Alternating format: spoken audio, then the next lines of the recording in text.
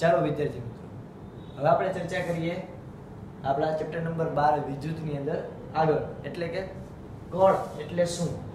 આપણે જો અત્યાર સુધીની અંદર વિદ્યુતભાર કોને કહેવાય સમજ્યા, ત્યાર પછી આપણે મુક્ત ઇલેક્ટ્રોન કોને કહેવાય, મુક્ત ઇલેક્ટ્રોનના વહનને કારણે વિદ્યુત પ્રવાહ ઉત્પન્ન થાય છે આપણે પણ સમજ્યા. હવે આપણે આગળ ચર્ચા કરીશું કળ એટલે શું. કળ એટલે કળનું ગુજરાતી નામ છે, એનું ઇંગ્લિશ નામ થાય સ્વિચ. તો તમને બધાને ખબર છે કે સ્વિચ શું કામ કરે. શું તો કે સ્વિચ શું કામ કરશે, તો કે બેટરી અને બીજા વિદ્યુત ઘટકો વચ્ચે જોડાણ પૂરો પાડતો ઘટક છે. બેટરી અને બીજા વિદ્યુત ઘટક એટલે કે બીજી આપણે કોઈ પણ એપ્લિકેશન હોય, લેમ્પ હોય તો ભલે, કોઈ નાનો એવો પંખો હોય તો ભલે, કોઈ પણ, તો બેટરી અને બીજા વિદ્યુત ઘટકો વચ્ચે કનેક્શન પૂરું પાડતું એક ઘટક છે, એને આપણે શું કહીશું, સ્વિચ. ફોર એક્ઝામ્પલ, અત્યારે મારી પાસે આવી રીતે કોઈ લેમ્પ છે, તો આ લેમ્પને મારે બેટરી સાથે જોડવો છે. તો હું શું કરીશ, તો કે લેમ્પનો એક છેડો બેટરી સાથે દઈશ, લેમ્પનો બીજો છેડો બીજી બેટરીના છેડા સાથે એટલે કે નેગેટિવ સાથે દઈશ. તો આ જો સતત લેમ્પ કેવો રહેશે, ચાલુ રહેશે. પણ મારે ચાલુ કરવું ત્યારે ચાલુ અને બંધ કરવું ત્યારે બંધ થાય એવું કરવું હોય તો વચ્ચે હું શું મૂકી દઈશ, એક નાની અમથી સ્વિચ, કે જેથી હું જેવી સ્વિચ ચાલુ કરું તો લેમ્પ ચાલુ થાય, બંધ કરું તો બંધ થાય. તો અહીંયા આ સ્વિચ શું કામ કરશે, તો કે બેટરી, આ જે બેટરી છે એ બેટરી અને બીજા વિદ્યુત ઘટકોને વચ્ચે જોડાણ પૂરો પાડતો ઘટક છે. તો અહીંયા આપણે બેટરીની વ્યાખ્યા આટલી સમજ્યા. હવે આગળ ચર્ચા કરીએ વિદ્યુત પરિપથ કોને કહેવાય.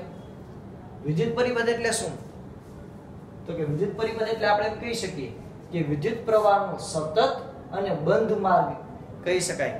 વિદ્યુત પરિપથ એટલે કે વિદ્યુત પ્રવાહનો સતત અને બંધ માર્ગ એટલે શું થાય, વિદ્યુત પરિપથ. ફોર એક્ઝામ્પલ, અહીંયા માની લો કે મેં કોઈ એક સર્કિટ દોરી, આ લેમ્પ છે અને લેમ્પ સાથે મેં બેટરીના બે છેડા જોડ્યા. તો આ જો આ કેવો થયો, બંધ ગાળો થયો. આમાં વચ્ચે જો ક્યાંયથી ખુલ્લો નથી, આ કેવો ગાળો થયો, બંધ ગાળો. તો અહીંયા વિદ્યુત પ્રવાહ સતત આવી રીતે આમ વહેતો હોય છે. તો વિદ્યુત પ્રવાહનો સતત અને બંધ માર્ગ એને આપણે શું કહીશું, વિદ્યુત પરિપથ. તો કળ એટલે શું આપણે સમજ્યા. કળ કોને કહેવાય, તો કે બેટરી અને બીજા વિદ્યુત ઘટકો વચ્ચે જોડાણ પૂરા પાડતા ઘટકને કહેશું કળ. અને વિદ્યુત પરિપથ કોને કહેવાય, તો કે વિદ્યુત પ્રવાહનો સતત અને બંધ માર્ગ એને આપણે કહેશું વિદ્યુત પરિપથ. હવે આપણે ચર્ચા કરીએ આગળ વિદ્યુત પ્રવાહ વ્યાખ્યાયિત કરો અને ઇલેક્ટ્રોન પ્રવાહ અને રેવાજીક પ્રવાહ વચ્ચેનો ભેદ સ્પષ્ટ કરો. એટલે કે પહેલા તો આપણે સમજીએ વિદ્યુત પ્રવાહ કોને કહેવાય, ત્યારબાદ ઇલેક્ટ્રોનનો પ્રવાહ અને રેવાજીક પ્રવાહ વચ્ચે શું ફેર છે આપણે એ સમજવાનો ટ્રાય કરશું. તો અહીંયા જો પહેલા તો આપણે શરૂઆત કરીએ કે વાહકના કોઈ આડછેદમાંથી એકમ સમયમાં પસાર થતા વિદ્યુત ભારના ચોખ્ખા જથ્થાને વિદ્યુત પ્રવાહ કહેવાય. ખાસ યાદ રાખજો વિદ્યાર્થી મિત્રો, વિદ્યુત પ્રવાહની વ્યાખ્યા છે. વિદ્યુત પ્રવાહની વ્યાખ્યા એક માર્કમાં પૂછાય ને વિદ્યુત પ્રવાહ કહે છે.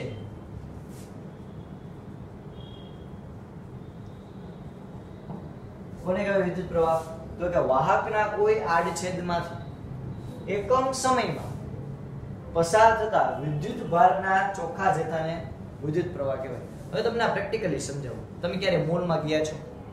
હા, ઓકે, વેરી ગુડ. તો આપણે મોલની અંદર આપણે જેવા એન્ટર થાય તો એક નાનું એવું આખું બારણા જેવું આવશે કે જેમાં તમારે આવી રીતે આમ જવાનું, એટલે ચેકિંગ કરે, જે કોઈ વ્યક્તિ હોય એ સિક્યુરિટી ગાર્ડ હોય તે ચેકિંગ કરીને પછી આપણે આગળ જાશું. તો તમે જુઓ એમાં ઘણીવાર ઉપર કાઉન્ટર ગોઠવ્યું હોય છે કે તમે એક વ્યક્તિ જાવ એટલે લખેલો આવે 1, વળી કોઈ બીજા વ્યક્તિ જાય એટલે 2, 3, 4, એટલે એને ખબર પડે કે સાંજ સુધીમાં કેટલા માણસોએ અહીંયા મુલાકાત કરી, એટલે કે વિઝિટ લીધી.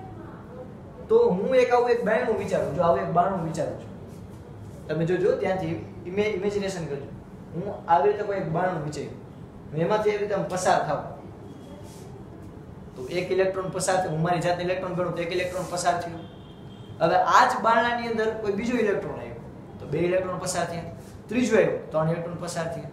તો આવી રીતે વાહકના કોઈ આડછેદમાંથી, એટલે કે કોઈ મારો જે વાયર હશે, વાયરનો આડછેદ એટલે તો કે વાયરનો એક નાનો એવો ભાગ, એટલે કે હું આવું આડછેદ વિચારું તો કોઈ આડછેદમાંથી એકમ સમય એટલે કે 1 સેકન્ડમાં, તો એકમ સમયમાં પસાર થતા વિદ્યુત ભારના ચોખ્ખા જથ્થા, એકમ સમય એટલે કે 1 સેકન્ડમાં. હું ગણતરી કરું તો 1 સેકન્ડમાં કેટલા માણસો આવ્યા, તો કે વિચાર કરો મારી પાસે બહુ મોટું બારણું હશે તો એમાંથી હું કાઉન્ટ કરું 1 સેકન્ડમાં કેટલા માણસો જાય છે. તમે જેમ કે લોકમેળામાં એમાં આપણે સરકાર ગણતરી કરે કે એક દિવસમાં 54,000 મુલાકાતીઓ છે એને લોકમેળાની મુલાકાત લીધી ફોર એક્ઝામ્પલ.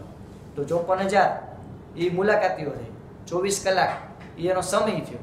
તો હું 54,000 ભાગ્યા 24 કલાક અને 60 મિનિટ કરીશ તો મને એક્ઝેક્ટ 1 સેકન્ડમાં કેટલા માણસો પસાર થયા મને મળશે. તો આવી રીતે કોઈ મારી પાસે આડછેદ હોય, આડછેદમાંથી 1 સેકન્ડમાં કેટલા માણસો પસાર થાય, 1 સેકન્ડમાં કેટલા ઇલેક્ટ્રોન પસાર થાય એ મારે માપવું હોય. અહીં આપણે ચર્ચા કરી. એટલે કે એક કોઈ આડછેદમાંથી એકમ સમયમાં એટલે કે 1 સેકન્ડમાં પસાર થતા ચોખ્ખા વિદ્યુત ભારના જથ્થાને વિદ્યુત પ્રવાહ કહેવાય છે. તો અહીંયા ચોખ્ખા જથ્થાને અહીંયા એક શબ્દ એવો છે વિદ્યુત ભારના ચોખ્ખા જથ્થા. તો ચોખ્ખો જથ્થો એટલે શું? ચોખ્ખો જથ્થો. ચોખ્ખો એટલે શું? તો કે જો આપણે વાત કરી કે ધાતુની અંદર કેટલા બધા ઇલેક્ટ્રોન આતા મારતા હશે, એક આમ ને અમુક આમ ને અમુક આમ ને અમુક આમ. તો ઘણા બધા ઇલેક્ટ્રોન છે એ ગતિ કરતા હશે. તો આની અંદર જ્યારે ઇલેક્ટ્રોન છે એક જગ્યાએથી બીજી જગ્યાએ જઈને બીજી જગ્યાએથી પેલી જગ્યાએ આવતા હોય ત્યારે થશે શું? તો કે જો વાહકની અંદર ઇલેક્ટ્રોન અસ્તવ્યસ્ત ગતિ કરતા હશે. ફોર એક્ઝામ્પલ આ હું ધાતુ તત્વની સપાટી કહું તો ઇલેક્ટ્રોન હશે, તો ઇલેક્ટ્રોન સતત આમાં માટા મારતા હશે ગમે એમ. તો હું પણ આડછેદનું ક્ષેત્રફળ વિચારું એટલે કે હું અહીંયા એક સપાટી વિચારું તો આ સપાટીએથી 5 ઇલેક્ટ્રોન આમ જતા છે તો 5 ઇલેક્ટ્રોન આમ આવતા હોય તો સરેરાશ કેવી થઈ? શૂન્ય. સરેરાશ કેવું થયું? કારણ કે જેટલા 5 ઇલેક્ટ્રોન આમ જઈ તો સામે 5 ઇલેક્ટ્રોન આ બાજુ આવે તો સરેરાશ કોઈ પણ સંખ્યામાં કાંઈ ફેરફાર થયો નહીં. આવી રીતે હવે તમે જુઓ એક વસ્તુ એવી થાય તો કે અહીંયા જે 5 ઇલેક્ટ્રોન આલીપાથી માલીપા જાય. હું એક સપાટી અહીંયા જોઈ તમે સપાટી વિચારી છે આપણું બારનું તમે વિચાર્યું છે. હવે ઇલેક્ટ્રોન છે એ એક ઇલેક્ટ્રોન છે આલીપાથી માલીપા જાય. એવી જ રીતે ત્યાંથી કોઈ ઇલેક્ટ્રોન છે એ માલીપાથી આલીપા આવે તો થશે શું? તો કે માની લો 5 ઇલેક્ટ્રોન આમ ગયા સામે 2 ઇલેક્ટ્રોન આમ આવ્યો તો આમ કેટલા ઇલેક્ટ્રોન વહી ગયા? 3 ઇલેક્ટ્રોન વહી ગયા. તો અહીંયા હું શું કહી શકું? વિદ્યુતભારનો ચોખ્ખો જથ્થો. તો અહીંયા આપણે ઇલેક્ટ્રોન છે એ 5 ઇલેક્ટ્રોન આલીપાથી માલીપા ગયા તો સામે 2 ઇલેક્ટ્રોન માલીપાથી આલીપા આવ્યા તો બોધના હિસાબી થઈ. અહીંયાથી 5 ગયા અહીંયાથી કેટલા આવ્યા? 2 ઇલેક્ટ્રોન આવ્યા. અહીંયાથી 5 આમ ગયા સામે 2 ઇલેક્ટ્રોન અહીંયા આવ્યા તો આમાં કેટલા ઇલેક્ટ્રોન ઘટ્યા? 3 ઇલેક્ટ્રોન ઘટ્યા આમાં 3 ઇલેક્ટ્રોન શું થઈ ગયા? વધી ગયા. એટલે કે તફાવત ક્રિએટ થયો. તફાવત ક્રિએટ થયો. 5 ઇલેક્ટ્રોન આલીપાથી માલીપા ગયા સામે 2 ઇલેક્ટ્રોન આમ આવ્યા. તો એનો મતલબ એમ કે 3 નો તફાવત થયો એટલે કે 3 ઇલેક્ટ્રોન આ બાજુ વધી ગયા. એવી રીતે તો અહીંયા એને કહેવાય વિદ્યુતભારનો ચોખ્ખો જથ્થો. કારણ કે જો 5 ઇલેક્ટ્રોન આ બાજુ જશે અને સામે 2 ઇલેક્ટ્રોન અહીંયા આવશે તો આ બે એકબીજાની અસર નાબૂદ કરશે તો છેલ્લે વધ્યા કેટલા? 3. એવી રીતે તો એને કહેવાય વિદ્યુતભારનો ચોખ્ખો જથ્થો. તો વાહકના કોઈ આડછેદમાંથી એકમ સમયમાં એટલે કે એક જ સેકન્ડમાં એકમ સમયમાં પસાર થતા વિદ્યુતભારના ચોખ્ખા જથ્થાને શું કહેવાય? વિદ્યુત પ્રવાહ. આઈ રિપીટ, વાહકના કોઈ આડછેદમાંથી એકમ સમયમાં પસાર થતા વિદ્યુતભારના ચોખ્ખા જથ્થાને વિદ્યુત પ્રવાહ કહે છે. હવે જૂના જમાનાની અંદર જ્યારે ઇલેક્ટ્રોનની શોધ નહોતી થઈ, કોઈને ખબર જ નહોતી ઇલેક્ટ્રોન શું છે, ઇલેક્ટ્રોનની શોધ નહોતી થઈ ત્યારે ધન વીજભારને કારણે વિદ્યુત પ્રવાહનું નિર્માણ થાય એવું બધા વૈજ્ઞાનિકો માનતા. જ્યારે ઇલેક્ટ્રોનની શોધ નહોતી થઈ ત્યારે એ લોકો શું માનતા? તો કે ધન વીજભારને કારણે એટલે કે પ્રોટોનને કારણે વિદ્યુત પ્રવાહનું નિર્માણ થાય છે. હવે ઇલેક્ટ્રોનની શોધ થયા પછી આપણને ખબર પડી કે હકીકતમાં પ્રવાહ છે તો ઇલેક્ટ્રોનને કારણે રચાય છે, પ્રોટોનને કારણે રચાતો નથી. તો જેને તો પ્રોટોનને કારણે પ્રવાહ રચાતો નથી. કેને કારણે રચાય છે? ઇલેક્ટ્રોનને કારણે. એટલે વૈજ્ઞાનિકોને નામ આપ્યું ઇલેક્ટ્રોનનો પ્રવાહ. E- એટલે ઇલેક્ટ્રોન. મેં એટલું બધું લાંબુ લખ્યું નથી, સંજ્ઞા ખાલી દર્શાવી હતી. તમારે પૂરેપૂરું લખવાનું છે.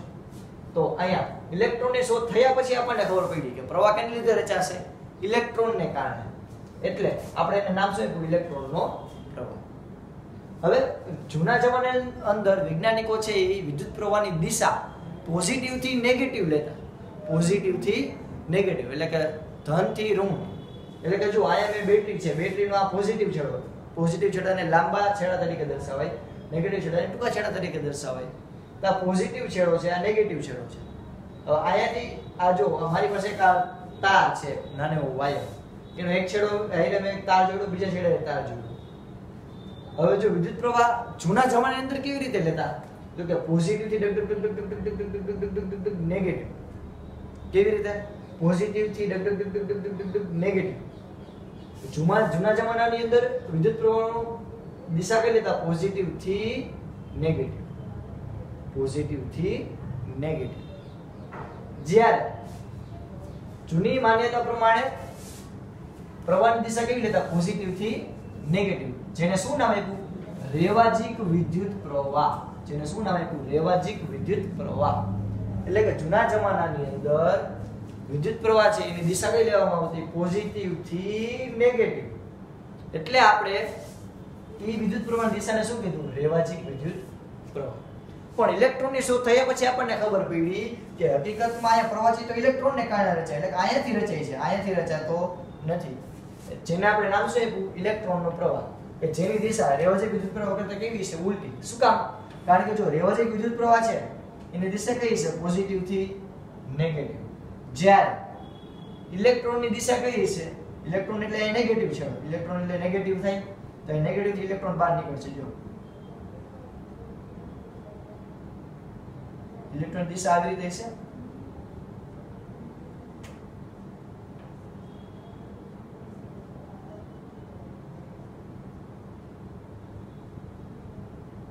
આવી રીતે આમ ઇલેક્ટ્રોનની દિશા કઈ છે? આ ઇલેક્ટ્રોનની દિશા નેગેટિવ થી પોઝિટિવ. તો જો નેગેટિવ થી પોઝિટિવ તો આ જે રેવાજીક વિદ્યુત પ્રવાહ હતો, એટલે કે રેવાજીક એટલે જૂનો, તો રેવાજીક એટલે કે જૂનો વિદ્યુત પ્રવાહની જે દિશા લેતા એના કરતા આ દિશા કેવી છે? એકદમ ઉલટી. એટલે કે આપણે કહી શકીએ એકદમ ઊંધી છે, એટલે કે તદ્દન વિરુદ્ધ છે. એટલે જો જે ઇલેક્ટ્રોનના વહનની વિરુદ્ધ દિશામાં છે. એટલે કે આપણે જો રેવાજીક વિદ્યુત પ્રવાહ પૂછે તો કેવું લખશે? પોઝિટિવ થી નેગેટિવ. કયો? તો કે રેવાજીક વિદ્યુત પ્રવાહ. જ્યારે તમે ઇલેક્ટ્રોનનો વિદ્યુત પ્રવાહ કહે તો તમે એની દિશા કઈ લેશો? નેગેટિવ થી પોઝિટિવ. ક્લિયર? ચાલો, તો આ આપણે જોયું વિદ્યુત પ્રવાહ કોને કહેવાય. ત્યારબાદ વિદ્યુત પ્રવાહ કોને કહેવાય? હજી એકવાર તો કે વાહકના કોઈ આડછેદમાંથી એકમ સમયમાં પસાર થતા વિદ્યુત ભારના ચોખ્ખા જથ્થાને કહેવાય વિદ્યુત પ્રવાહ. જૂના જમાનાની અંદર આપણે વિદ્યુત પ્રવાહ છે એ પ્રોટોનને કારણે, એટલે કે ધન વીજભારને કારણે ઉત્પન્ન થાય એવું આપણે માનતા. પણ પછી ઇલેક્ટ્રોનની શોધ થયા પછી આપણને ખબર પડી કે વિદ્યુત પ્રવાહ છે એ ધન વીજભારને કારણે રચાતો નથી. ત્યારબાદ આપણે આકૃતિ દોરી એમાં સમજાય કે પોઝિટિવ થી નેગેટિવ રેવાજીક વિદ્યુત પ્રવાહ દિશા છે. જ્યારે ઓરિજિનલ ઇલેક્ટ્રોન જે એની છે દિશા કઈ છે? નેગેટિવ થી પોઝિટિવ. જાય નેગેટિવ થી પોઝિટિવ, ઊંધી દિશા, એટલે એકબીજાની વિરુદ્ધ દિશામાં છે. એટલે એના મતલબ કે ઇલેક્ટ્રોનના વહનની વિરુદ્ધ દિશામાં છે. પણ આપણે હજી સુધી કઈ ફેરફાર કર્યો નથી. આપણે હજી સુધી રેવાજીક વિદ્યુત પ્રવાહની દિશા ધ્યાનમાં લઈ છે. ભલે ઇલેક્ટ્રોનની શોધ થઈ ગઈ, ઇલેક્ટ્રોનનો પ્રવાહ છે નેગેટિવ થી પોઝિટિવ થઈ આપણને ખબર, પણ છતાંય આપણે સર્કિટમાં બધી દર્શાવવા માટે હજી કઈ લીધી? પોઝિટિવ થી નેગેટિવ. તો આ થઈ વિદ્યુત પ્રવાહ વિશેની ચર્ચા. હવે આપણે આગળ ચર્ચા કરીએ કે વિદ્યુત પ્રવાહનું સૂત્ર શું થાય અને એના ઉપરથી 1 એમ્પિયર એટલે શું તમે કહી શકો.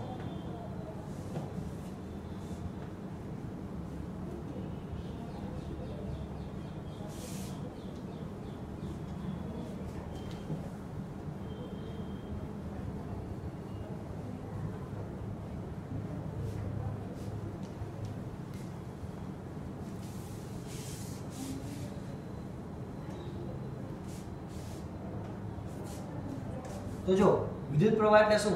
તો કે વાહકના કોઈ આડછેદમાંથી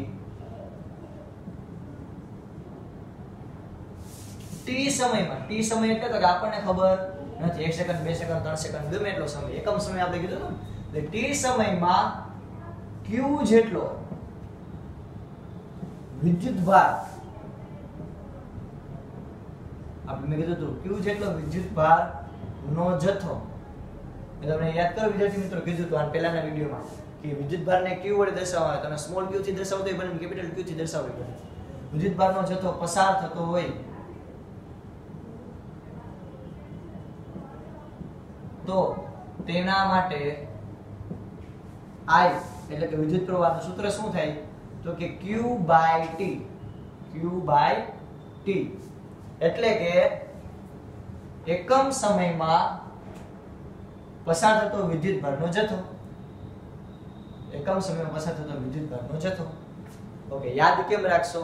યાદ આમ રાખવાનું કે I બરાબર QT. I બરાબર QT. યાદ રાખવાનું કે T ક્યાં આવશે? છેદમાં I બરાબર QT. આ પ્રમાણે તમે યાદ રાખી શકો છો. ઓકે, વિદ્યુત પ્રવાહ I નો SI એકમ એટલે કે સ્ટાન્ડર્ડ ઇન્ટરનેશનલ એકમ છે એમ્પિયર. શું છે? એમ્પિયર. એમ્પિયર નામના વૈજ્ઞાનિકે આપણને વિદ્યુત પ્રવાહની પૂરેપૂરી માહિતી આપી હતી અને ઘણું બધું એનું રિસર્ચમાં ફાળો છે કે જેને કારણે આપણે I એટલે કે વિદ્યુત પ્રવાહ છે એને SI એકમ એટલે કે સ્ટાન્ડર્ડ ઇન્ટરનેશનલ એકમ એમ્પિયર તરીકે લઈએ છીએ. ઓકે, હવે આ એમ્પિયર છે તો મારે 1 એમ્પિયરની વ્યાખ્યા આપવી હોય તો 1 એમ્પિયર એટલે શું? તો કે ખાસ યાદ રાખજો 1 એમ્પિયર એટલે શું? વ્યાખ્યા 1 માર્કમાં પૂછાઈ શકે. આ એમ્પિયર કોને કહેવાય? તો કે 1 મીટર સ્ક્વેર આડછેદના ક્ષેત્રફળમાંથી 1 મીટર સ્ક્વેર આડછેદના ક્ષેત્રફળ ધરાવતા વાહક માંથી 1 સેકન્ડમાં 1 કુલમ જેટલો વિદ્યુત ભારનો જથ્થો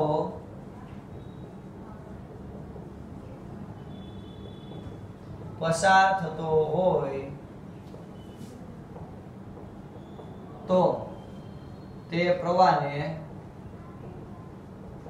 1 એમ્પિયર પ્રવાહ કહેવાય. સિમ્પલ. જો મારે 1 એમ્પિયર પ્રવાહ જતો હોય 1 એમ્પિયર તો અહીંયા પણ 1 કરી નાખીશ, અહીંયા પણ શું કરી નાખીશ? 1. એટલે કે 1 મીટર સ્ક્વેર આડછેદના ક્ષેત્રફળ ધરાવતા વાહકમાંથી 1 સેકન્ડમાં 1t એટલે 1 સેકન્ડમાં 1 કુલમ જેટલો વિદ્યુત ભારનો જથ્થો પસાર થતો હોવો જોઈએ. સિમ્પલ. રેડી? તો આ થઈ 1 એમ્પિયરની વ્યાખ્યા. ખાસ યાદ રાખજો, આ થઈ 1 એમ્પિયરની વ્યાખ્યા. હવે તો કે આ સિવાય બીજું કયું સૂત્ર પ્રચલિત છે વિદ્યુત પ્રવાહ માટે? તો આપણે એક સૂત્ર ભણ્યા I બરાબર QT એટલે કે Q/T. બીજું સૂત્ર તો કે જો એક છે વિદ્યુત ભાર Q નું સૂત્ર છે Ne ની, જ્યાં E એટલે વિદ્યુત ઇલેક્ટ્રોનનો વિદ્યુત ભાર અને N એટલે સંખ્યા. N એટલે સંખ્યા. તો એની કિંમત હું મૂકું તો જો Q બરાબર શું લખી શકું? Ne એના છેદમાં T. તો વિદ્યુત પ્રવાહનું બીજું સૂત્ર NeT એમ યાદ રાખી શકો. Ne ના છેદમાં T. વિદ્યુત પ્રવાહનું બીજું સૂત્ર યાદ કેમ રાખી શકો? NeT. જ્યાં T ક્યાં આવશે? હંમેશા છેદમાં. આ કેમ યાદ રાખશો? QT અને NeT. ઓકે, તો આ છે વિદ્યુત પ્રવાહના બે સૂત્ર. આ સિવાય તો કે વિદ્યુત પ્રવાહ છે, વિદ્યુત પ્રવાહ I એ એમ્પિયર એનો એકમ છે. વિદ્યુત પ્રવાહ I નો એકમ શું છે? એમ્પિયર. વિદ્યુત પ્રવાહ I નો એકમ છે એમ્પિયર. તો જો આપણે હજી એક ચર્ચા કરીએ આના ઉપરથી.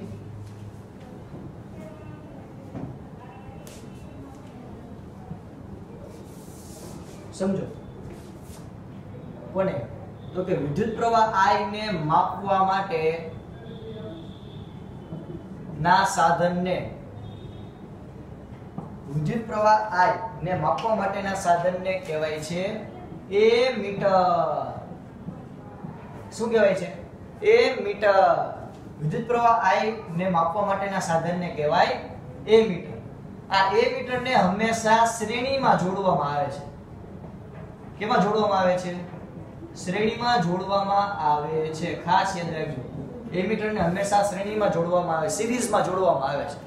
સિરીઝ તમે જોઈ છે નવરાત્રીમાં એમાં સિરીઝ, એ રીતે સિરીઝમાં જોડવામાં આવે છે. એ શું છે આપણે જે આપણે આગળ ચર્ચા કરીશું.